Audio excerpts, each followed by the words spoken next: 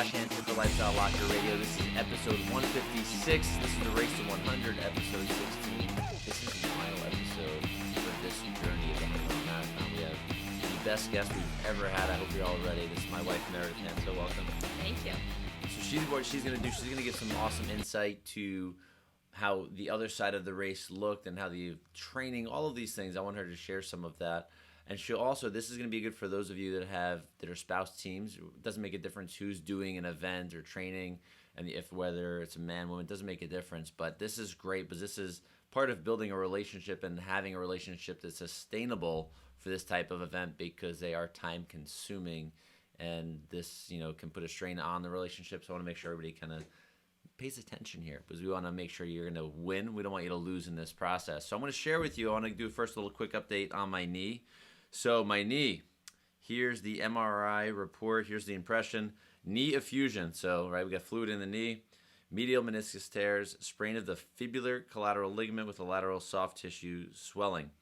And what that means, the fibular collateral ligament is the outside of the knee where the top bone, the femur, and the fibula, which is part of your lower leg, they attach. So I strained that, swelling, yes, pain, all the above. So now we know what's going on. The meniscus is probably old injury. I have no idea. We're going to find out. I do have an orthopedic consult on Tuesday, so we can go over the MRI together. So we're going to go back in time. We're going to go back to the race day. We're going to go maybe even a little bit before. I want to talk a little bit about training, but also talk a little bit about how the event went from the other perspective. So training-wise, what kind of advice would you maybe give a spouse or boyfriend, girlfriend, or something like that is living with a crazy person like myself that likes to train long hours and do things that are, a little on the abnormal side? Time management and planning is key. And then I would also say that, you yourself have to prepare as well to know what you're going to get into and what your responsibilities might be. So definitely have those conversations about, what you're going to need and what your role might be. Yeah, and don't always wait for the last minute, because that's sometimes what may happen. And I definitely want to stress, time management, but also just your self-management of being proactive ahead of schedule. And as in your training, you're going to decide and figure out what you're going to need to learn, what you're going to need to, the racer, if you will, is going to need to have done ahead of time. I waited a little bit late, but I did a lot of learning along this journey, from reading books to watching movies and documentaries on running and endurance running.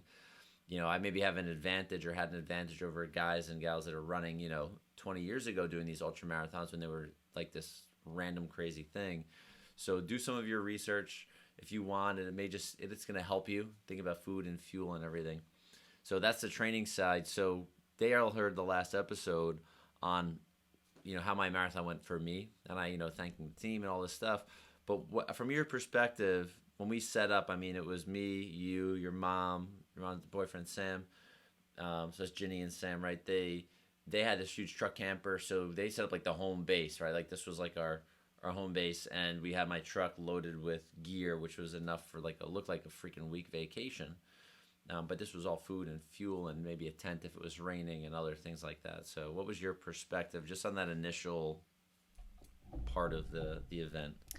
Well, it definitely helped me that Josh had created a Word document that went through his anticipated times for his laps and when he should be coming in or would like to be coming in. So that helped as far as timing. And then he broke down each lap as far as what he would want to eat, to wear, to hydrate with, and that helped me, to prepare for each lap, a little guide, like a checklist. Yeah, it was good. I would have mentally and physically liked a little more time. Like when we got to the race, the race coordinators got there a little later than they should have as well.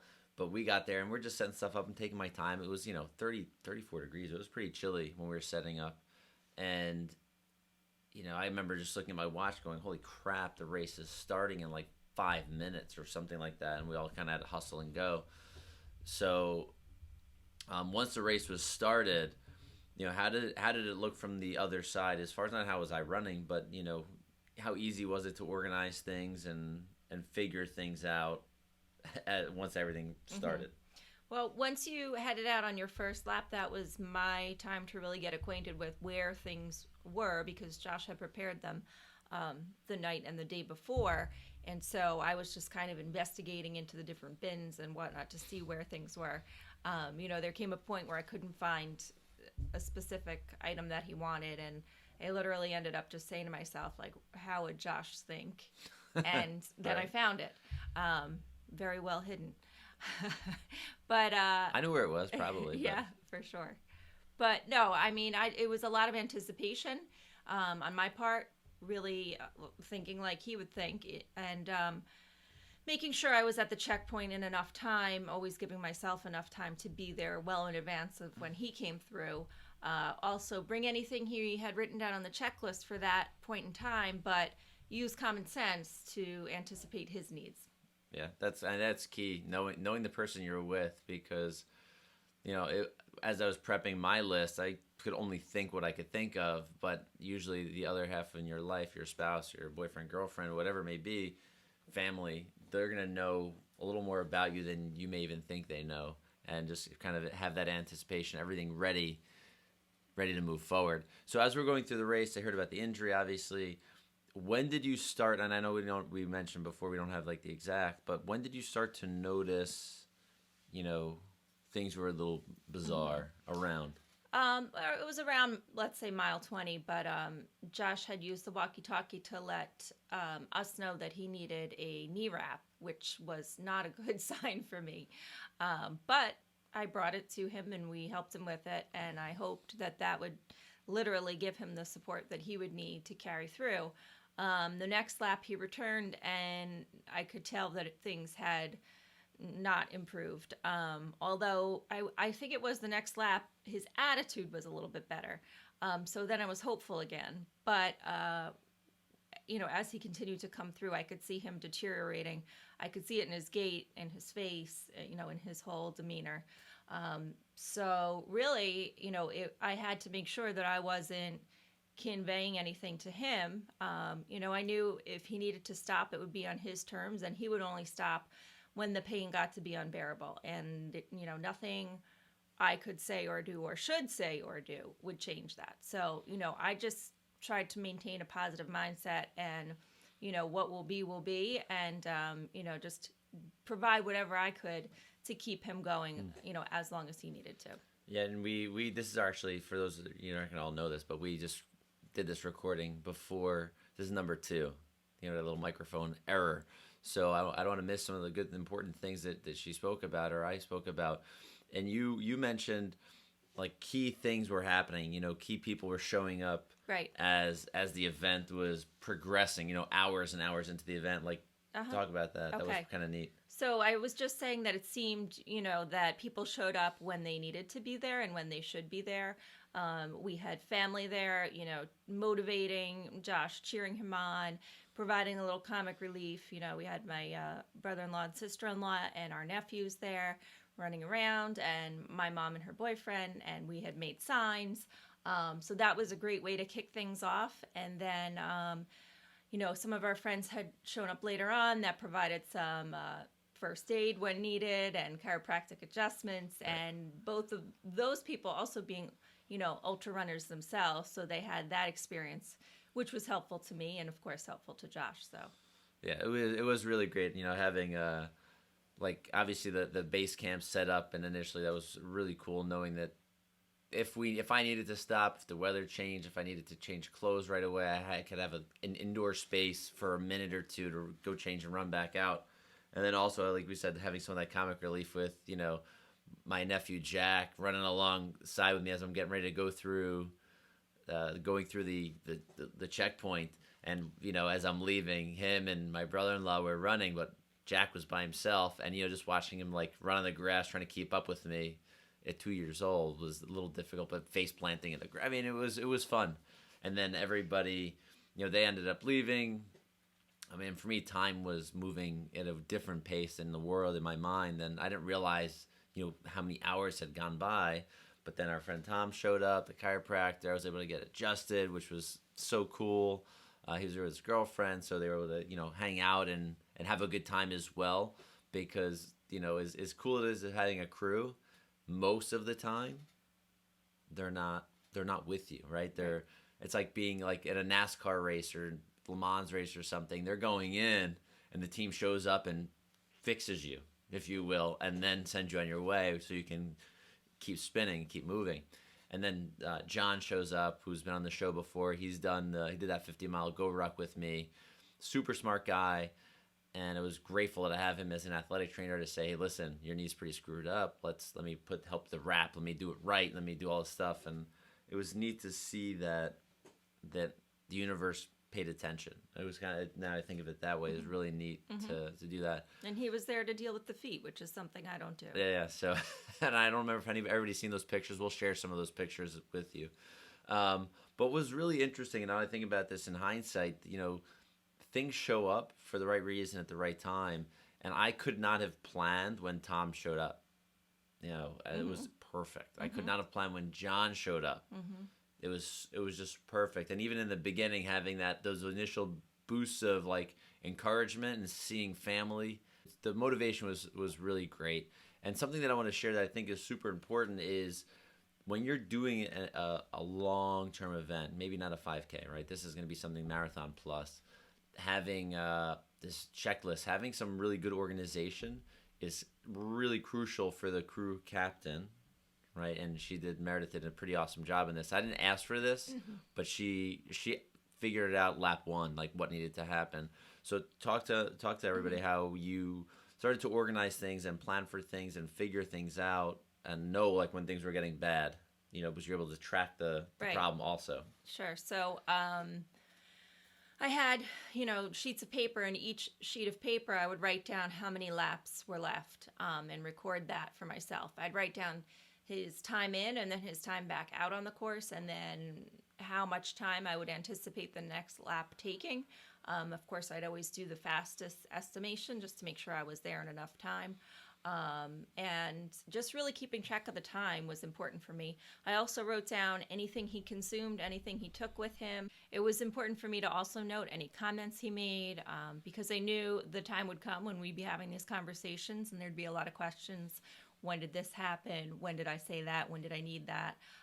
So any notable observations, I just jotted them down. So we had pretty much like a diary of the whole thing to help me during the event and then to help us after the event. That's key because you need to learn from your screw ups and knowing where you're going into the unknown. For me, I couldn't have planned the knee injury, but I knew after mile 50 is unknown territory. I made it to 52.4 without the pain. Energy was fine, and I really think that has to do with the way I was hydrating the day before, but during the event, having the hydration, having the fuel I needed, because the best advice, and I don't remember if I did mention this, having two veterans talking to them during the run. They talked about running uphill, or walking uphill, running on the flats, and maybe running carefully downhill. But a lot of other people had messaged me that are ultra runners and said, hey, you don't want to fail, you need to eat. Don't fail, you need to make sure you're hydrating. And even Dr. Gordon Pedersen, who I interviewed a couple days before the event, he talked to me a ton about hydration and how important it is to have that done even the day before, and then just be very, very consistent in small quantities consistently. And I think we did a pretty awesome job at making sure I at least had that like half a pint of fuel, that electrolyte mix, and the chia drink. That I think that was part of my savior during the event. I wish I could have drank away the pain. I'm sure I could have, but I wasn't going to do that. And the crazy thing is, the race director, as I'm coming through that final lap, actually talk about there was a guy, Paul, which I met a couple times intermittently throughout those 52 miles, a little bit older than me, way taller than me. I'm like 6'1", 6'2". This guy was I don't even know, 6'6". His one step was 4 of mine. But I had passed him on that last lap. I was feeling a little bit better power walking on the flats. And I just, said hi to him. He was fixing his headlamp, and I just went. And it was a smooth trail. So I'm going. And I expect to see, the headlight behind me, this weird, nighttime in the woods is kind of crazy. But I expected to see him pass me, or this is gonna happen. So I think this loop is a 6.5 mile loop that I was on, or eight. No, this is a big loop. This was, I think, the 7 mile loop, and I get past all the flasks, get past all this stuff. I'm like, holy cow, he didn't pass me. I hope hope this guy's all right. And I get to the first big downhill. This is before the phone call to Meredith, and holy cow, that's when the pain went from going from a power walk to walking, like a decrepit person with broken bones in their body, and moving 1 mile an hour downhill. And this guy Paul stops, like, "Hey Josh, how you doing? Are you all right?" I'm like, "Yeah, man, I'm not so hot right now. I may have to DNF." And I'm going down this hill. They pass me. We catch a guy going back the other direction who was lost, and I turn him around. But Paul and this guy take off. I see the headlamps disappearing, and he ends up going across the checkpoint about 10 minutes ahead of me. So. Yeah, so just going back, you mentioned the phone call. It was like maybe around 9 o'clock, and I was preparing his last meal. So I got the phone call from Josh, and, I kind of said, "Do you want us to come back and try to find you?" And he said, "No, he's just going to finish." So I'm waiting at the checkpoint, and Paul comes running through and says, "I just don't have it in me to finish, but there's a guy out there that was really trucking along pretty nicely, and now he has a knee injury, and I'm concerned about him." And right away I said, "That's my husband." And then it was just kind of counting down the minutes and the seconds until he came through that checkpoint for the final time, just to see what kind of a state he was in, because it was pretty nerve-wracking. Yeah, and she didn't. I don't know if you said this on this recording, but her and my friend John or she wanted to take my friend John to run backwards or come backwards on the course to get me. But I advised. I said, "Please no. I need to live in my own misery for a little bit, in my pain." And coming across that finish line, even the race director said, "I could see your headlamp going." Normally when someone's running that knows what they're doing in a distance event, you don't see the headlamp bouncing. Mine was going left and right like the top of a mast on a sailboat in a storm because of the injury, and offer me meds and all this stuff. And one that would not be good, because if you're taking meds to get through an event, that means, I think, that's cheating first, but also you're numbing problems, which can become, as John said, a big disability. A pain or disability, what do you want? So I was willing to live. Obviously, I wouldn't take the meds anyway, but I was willing to live with the pain. I earned it, and I think that's part of the growth process and the learning process. And it was an awesome journey. Everybody came out. My mother-in-law even woke up, came outside without her glasses on. Like, "Is Josh here?" Like 3 feet in front of me, to give me a hug, as stinky as I was. And then, in the RV, I had to get changed. And my previous events, I couldn't. And this is funny. My first marathon was in a nor'easter, and I was drenched to the bone, frozen, pre-hypothermic. And Meredith had to yank my socks off. We're inside the Bear Mountain Inn in New York in the heat, and she's ripping my socks off. I had to get my leggings off. I was so cold, my hands didn't function. So I'm thinking I may need help getting my compression socks off and all this stuff. So we get in there, and I take my stuff off. I was actually fine, and that my feet came out, and that's when she tag team. She called John. "John, can you can you I don't do feet. Can you help?" But that was the realization. Like, holy cow, I got pretty banged up, and my knee was really swollen. If you haven't seen the images, again, I'll share my feet and my knees on social. But until the next event. Any final words you want to share with anybody listening about doing this as a team? Just very key to know your competitor and think like they do. Plan, and strategize. Be really organized. Yeah, who's the competitor? Who's the biggest competitor, you think? Who's the biggest competitor? To me, I'm saying that joking seriously, because I need to know my own weaknesses at this point, and if I get my ego, I got to run my own race. If I get my ego ahead, I'm gonna screw myself early in the game. But thank you so much, everybody. Meredith, Mimi, my sweetheart. She was the most badass captain we can have, crew captain on this event, and I'm pumped to have her for the rest of the events for the rest of my life. And I've also tried convincing her maybe we can pick some travel around some cool events, and I don't know how well that'll work or not. but we'll figure that part out. That's our job on our journey. So everyone, thank you so much for listening. Have a good day, evening, or night, wherever and whenever you are listening. We will see you on the next episode, back for our regular programming. All right, y'all. Peace out.